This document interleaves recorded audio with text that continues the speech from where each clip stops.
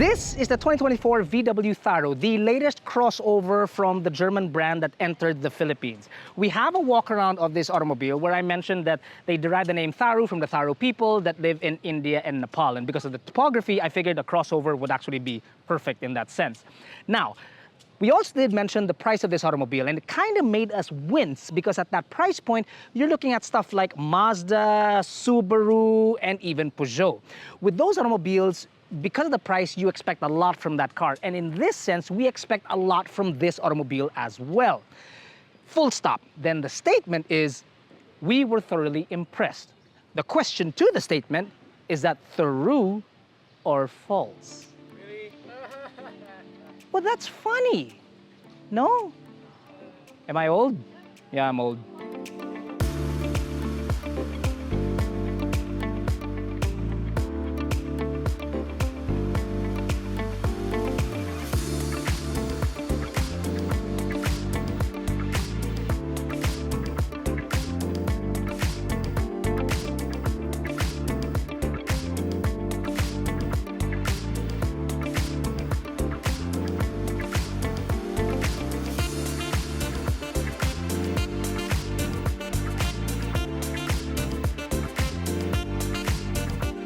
Are you looking to compare prices for your brand new car? Well then, visit AutoDeal.com.ph, select the car that you want, and choose to request for a quote from our network of over 500 official dealer partners nationwide. Within minutes, you'll start receiving offers from the dealers you've selected. All that's left is for you to select the deal that's best for you. Get the best deal on AutoDeal. There are some brilliant pieces around the Tharu on its exterior, but for the main part of it, if you look at the car as a whole, it actually does very well to fly underneath the radar. It's not flashy at all, and to be honest with you, it's a new car, but when we were driving it around, we're not exactly getting looks left and right because it's quite subtle. Well, again, apart from a few other pieces, like for instance, the DRL that spans the entire width, the front clip of the car. That's pretty cool.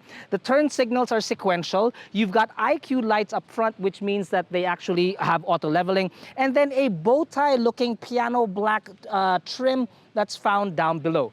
The only odd thing is that the grille up on top and on the bottom, although they do match in pattern, there are holes on one side and then no holes on the other. It kinda does my head in, but I do like the new logo.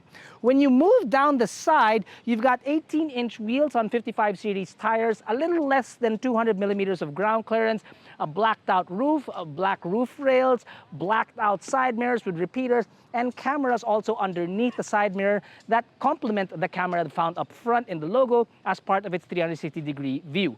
Now, a point on the side that I don't really like very much are these plastic hubcaps on alloy wheels. It's very strange. It adds a bit of color, but really this is something that I've never seen before. It's either you have hubcaps or you've got wheels, and in this case, you got both. I don't know. I'm still trying to get on that. At the rear, quite handsome. You've got a rubber ducky antenna, or as Earl likes to call it, it's a Nemo-sized antenna. A nice spoiler here with your third brake light, large pane of glass, lights that stretch also the entire width of the automobile, with a bonus, I might add, because the VW logo actually lights up. Very pretty. Not to be overlooked, the badges that you find on the rear of the car are blacked out. Now, it doesn't matter whether you get the blue or the white or whatever other color that VW offers, they're blacked out. And I think being blacked out on a black automobile, I like how subtle it looks. Unfortunately, Earl did point out that the Tharu's in the middle, you got the 300 TSI on the right and kind of nothing on the left. It's a little cool out, so to speak. You've got a 4-skid plate found underneath, and to Jack's delight, no 4 exhausts, because it's actually found here underneath.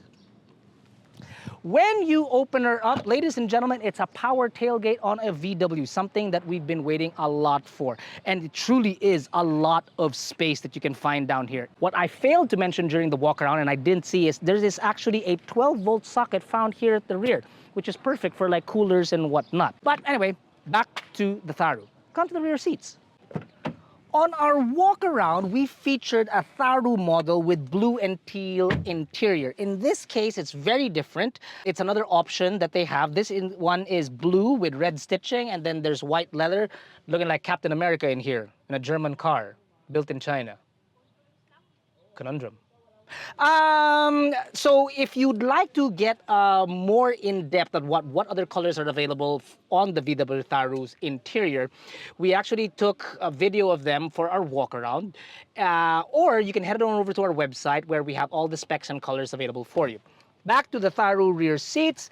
I am comfortable as a mid-sized adult, if you can even call me that. I am a mid-sized adult. That is more like subcompact. Can I continue, folks? This is Earl's driving position, so it's not very far from how I drive, and the space behind is quite large. Look at that, it's more than one hand.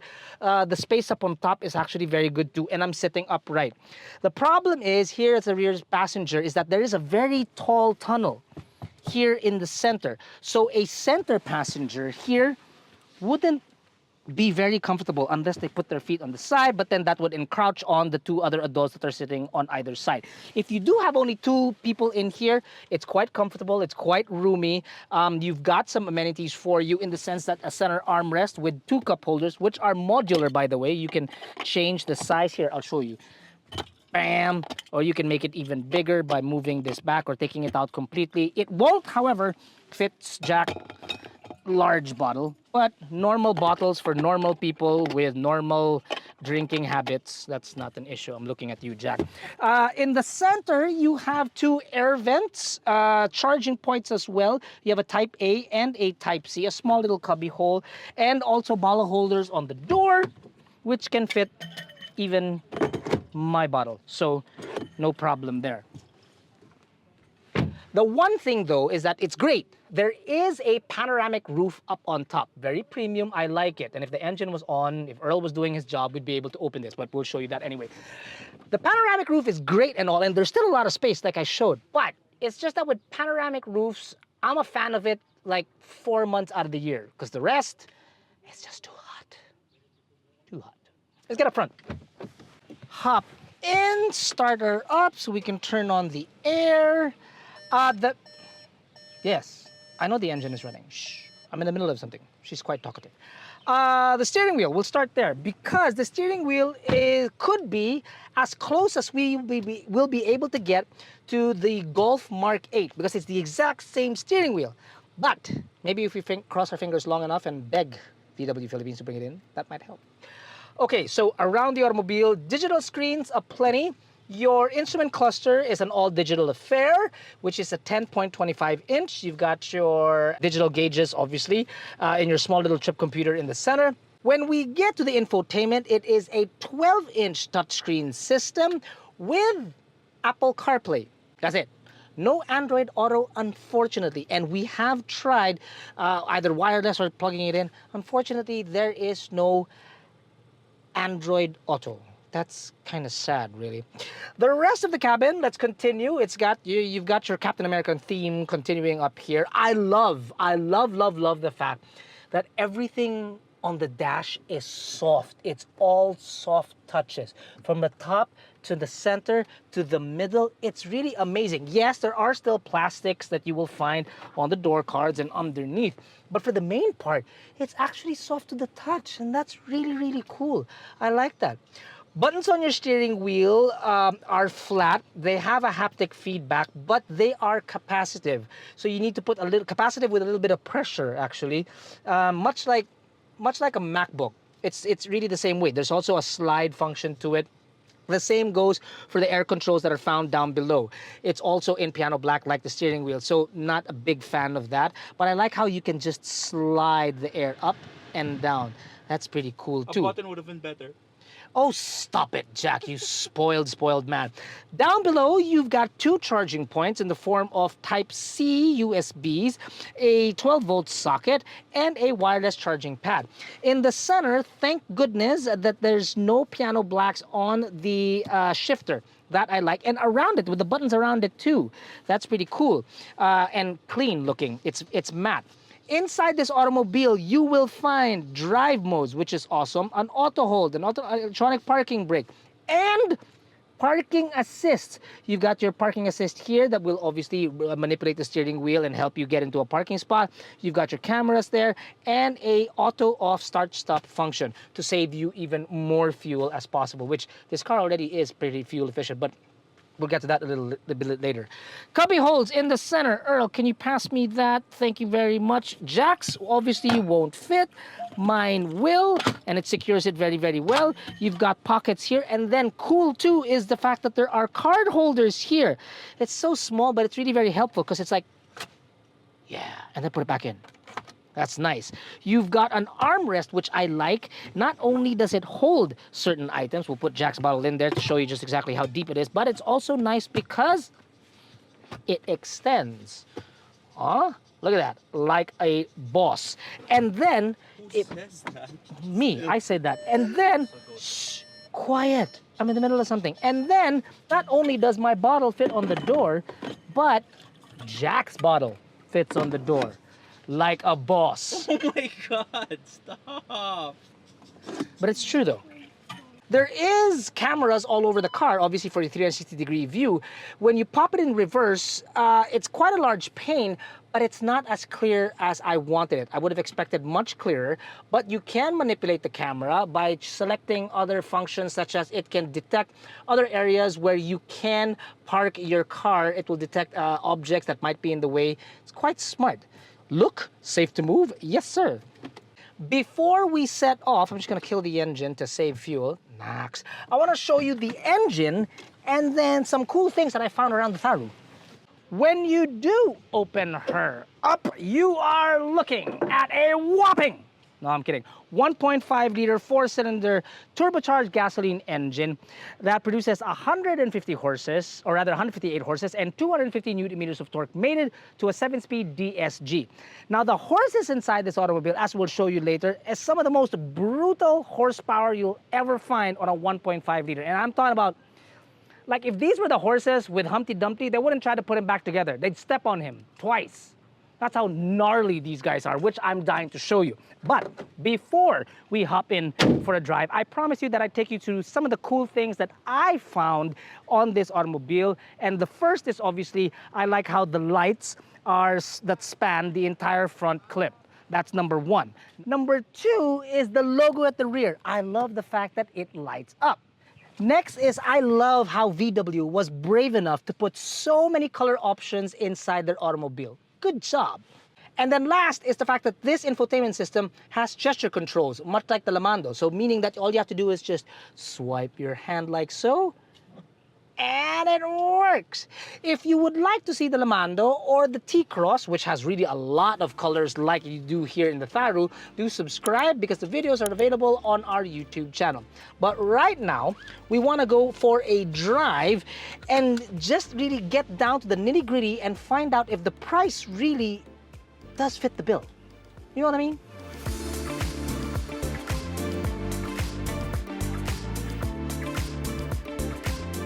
Whoa, welcome to the tropics. Now, as mentioned, it is a DSG. So in that sense, it can be quite aggressive, the transmission. Even when you're in traffic, it seems to lurch forward, so to speak. However, that term aggressive can end up becoming really fun when you do get used to the transmission. While the road conditions may not be the safest on the planet, I can attest to the fact that the 158 horses inside this automobile may not sound like a lot, but paired with the 250 newton meters of torque and this 7-speed DSG, it quite literally packs a very big punch. And it's really a lot of fun once you get it out on the highway.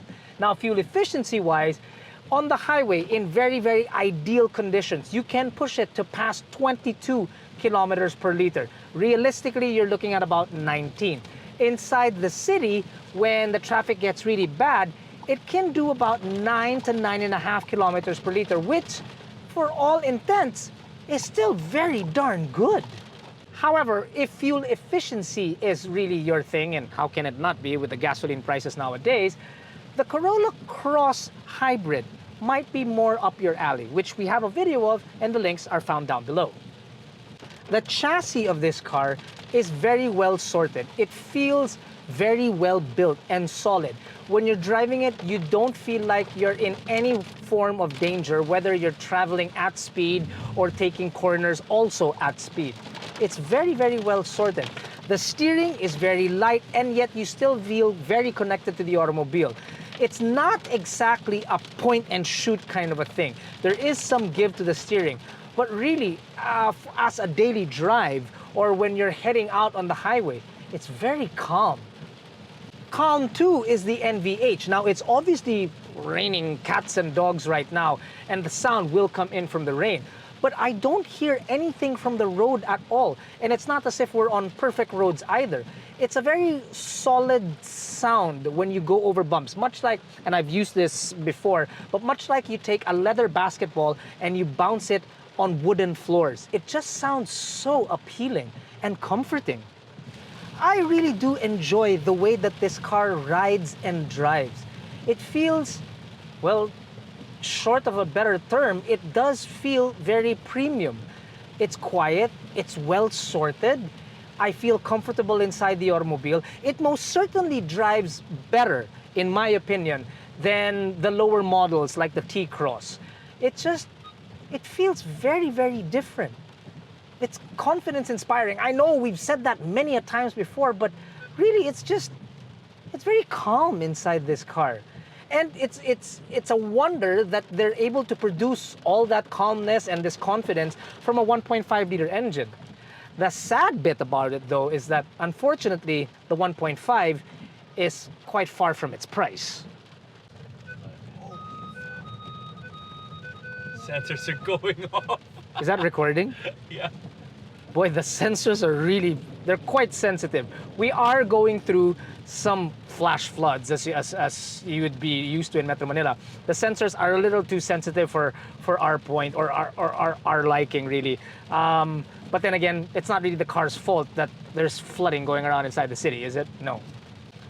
Punchiness. Okay, here we go. Whoa, 1.5 liter, and it's this punchy. I like it. Okay, maybe we don't speed when it's raining, because hydroplaning, I've heard, is not really a good thing. I've heard. But even at speed, and when it's raining like this, we're doing what, 75 kilometers per hour? No. What are we doing? We're doing 55 kilometers per hour. It's raining cats and dogs. I don't feel unsafe inside the car even when I'm punching it. And it's only a 1.5 liter engine. I think what really does a lot for this car is that the NVH and the chassis are very, very good. Oh, and speaking of getting soaked under these torrential rains that we have, the way it soaks up bumps also is very good. You don't hear any rattling inside the car. None of the parts inside the car, like the cubby holes or the gauges or even the way that you close the glove box, none of it rattles. It's built well. To reconfirm its price, I've whipped out my mobile phone and I'm opening the AutoDeal app. Yes, we do have an app available for Android and soon on iOS. And it will tell me that the base model starts at 1,808,000 Philippine pesos, while this top-of-the-line 300 TSI DSG SEL, quite a mouthful, comes in at 1,948,000 Philippine pesos. Even with its dynamo drive, daring interior, and an exterior that really flies under the radar, it's quite understated, I still believe that it's quite a penny to ask that price. If, however, you decide to opt for the base model that comes in at 1,808,000, that I think is a little bit more welcoming. If you opt for this, however, you really gotta want it. Whatever car you choose, do head on over to AutoDeal.com.ph when you're ready. Try the Get Quote button, it's absolutely free. And head on over to our web pages because we've got even more information for you on the 2024 Tharu. This episode of Behind the Wheel was shot on location at Ortigas Estates, Circulo Verde. For more information, visit the links in the description below.